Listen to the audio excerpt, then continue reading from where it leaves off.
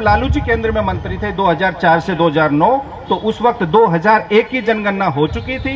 फिर 2011 में जनगणना होनी थी, तो उन्हीं के प्रयास से 2010 में उन्होंने संसद को कई दिनों तक ठप किया और तत्कालीन यूपीए सरकार का बाहर से समर्थन था, लेकिन उस सरकार को मजबूर किया तो उन्होंने सोशियो इकोनॉमिक सर्वे के नाम पे वो जनगणना करवाई। लेकिन तो 3 लाख नौकरियां माननीय नेता प्रतिपक्ष प्रक्रियाधीन करके आए। अब आपके समाज के जो दलित, पिछड़े, अति पिछड़े लोग हैं, उनको उसका फायदा नहीं होगा। ये शोषण करेंगे जाति के नाम पे, लेकिन जाति नहीं गिनेंगे। ये उत्पीड़न करेंगे जाति के नाम पे, लेकिन जाति नहीं गिनेंगे। ये शादी करेंगे जाति में जाति के नाम पे, लेकिन जाति नहीं गिनेंगे। ये अपने नाम में उपनाम लगाएंगे जाति के नाम पर, लेकिन जाति नहीं गिनेंगे। ये खुद को श्रेष्ठ और विशिष्ट बताएंगे जाति के नाम पे, लेकिन जाति नहीं गिनेंगे। ये भेदभाव करेंगे जाति के नाम पे, लेकिन जाति नहीं गिनेंगे। जो आज कह रहे हैं कि बिहार में हमने जनगणना करवा दी, तो वो 18 वर्ष से यहाँ मुख्यमंत्री थे, केंद्र में भी मंत्री रहे उस वाजपेयी जी की सरकार में। दुर्भाग्य से जब लालू जी केंद्र में मंत्री थे 2004 से 2009, तो उस वक्त 2001 की जनगणना हो चुकी थी।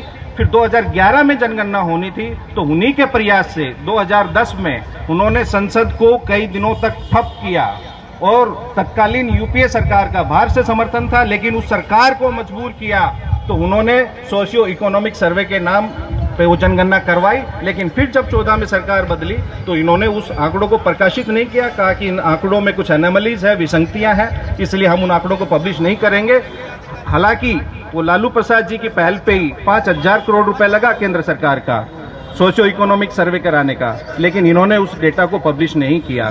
तो ये मूलतः ये लोग आरक्षण के और जातिगत जनगणना के विरोधी हैं और ये लालू जी की वैचारिक विरासत है हम लोगों के पास में, और यही उनकी वैचारिक विरासत हमारी सियासत है।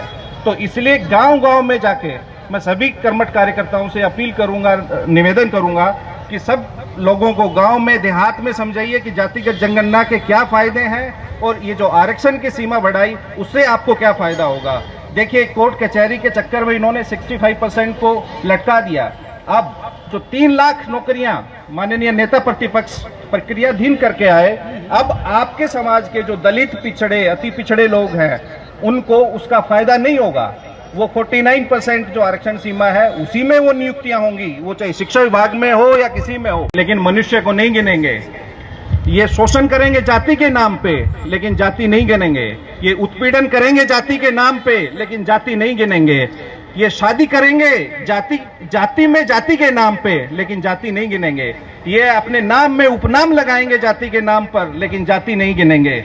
ये खुद को श्रेष्ठ और विशिष्ट बताएंगे जाति के नाम पे, लेकिन जाति नहीं गिनेंगे।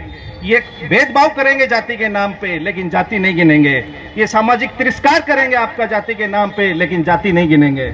ये मंदिर में प्रवेश करेंगे और कराएंगे जाति के नाम पे, लेकिन जाति नहीं गिनेंगे।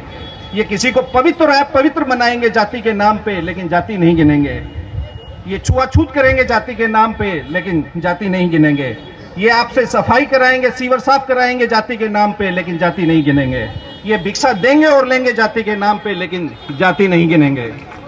ये जाति व्यवस्था मानेंगे, लेकिन जाति नहीं गिनेंगे। संसाधनों पे कुंडली मार के बैठेंगे जाति के नाम पे, लेकिन जाति नहीं गिनेंगे। तो इसलिए सभी कार्यकर्ताओं से मेरी यह विनम्र अपील है, आप जातिगत जनगणना के फायदे बताइए, घर घर जाइए, सभी लोगों को इसके। कोई आपको कहता है, देखिए लालू जी को सब लोग जातिवादी बोलता था ना, जैसे मैंने उदाहरण दिया जब मंडल कमीशन लगा। आज किसी की हिम्मत है कोई बोल देगा। तो जो लोकतंत्र की चक्की है वो बहुत धीमे धीमे चलती है, लेकिन बहुत महीन पीसती है। तो 34 साल बाद जो पार्टियां उस वक्त जातिगत जनगणना का विरोध करती थी, जिनके मुंह पे जातिगत शब्द नहीं आता था गणना का, आज वो ही कह रहे हैं कि जातिगत जनगणना होनी चाहिए।